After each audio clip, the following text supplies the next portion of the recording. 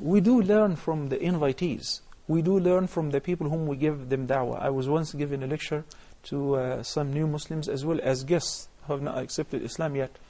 And I raised the question of how did you come to Islam? So that it would inspire the new people, the guests, to take the opportunity to learn about Islam. So one of the audience said, basically, I have seen somebody carrying a nicely decorated book.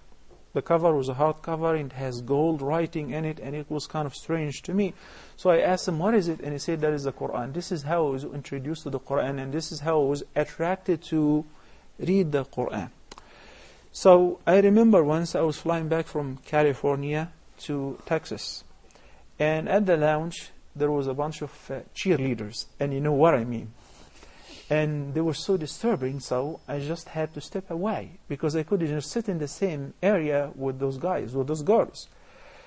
And I was shocked when we got to board the plane that I happened to be sitting in the middle of them, surrounded with the cheerleaders. Was this Dallas Cowboy cheerleaders? Never mind, keep going. I was really offended, and here we're talking about almost 4 hours flight. I didn't know what to do. Laughing, screaming, and shouting, playing around, and I was sitting in the middle of them, in the last 4 or 5 seats. So I remember this idea of one of the invitees when he said that. I saw the glitter of the cover of the Quran, so I wanted to read it.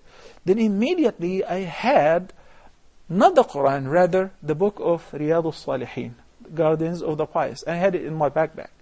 So I pulled it out and I waved with it. I did that deliberately. And once I just opened it, and one of the girls who was sitting next to me saw this writing and the calligraphy on the cover of the book. You, Sheikh Yusuf, you should expect what's going to happen. She screamed and said, wow, what is this? I said, well, it does work. To myself, obviously. And I saw this opportunity, and believe me, Dr. Zakir, the next maybe 3 hours, we were talking about Islam. No. And the girls in the front seat turned around to listen, and everybody was listening. So now they asked for a copy. How can we get a copy of that?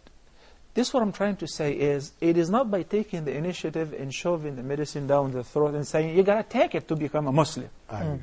Rather, you know how a girl really is really wanted whenever somebody is pursuing her, but when she offers herself, she becomes a little cheap.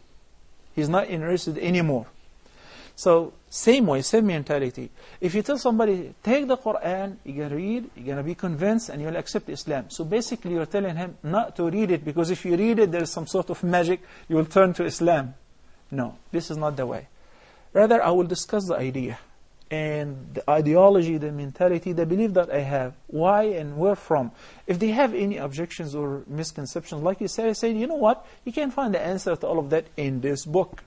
If it is only 20 minutes, 30 minutes, we need to focus, number one, if we have a very short time, whether we have a short time or a long time, we need to focus, number one, on the concept of Tawheed.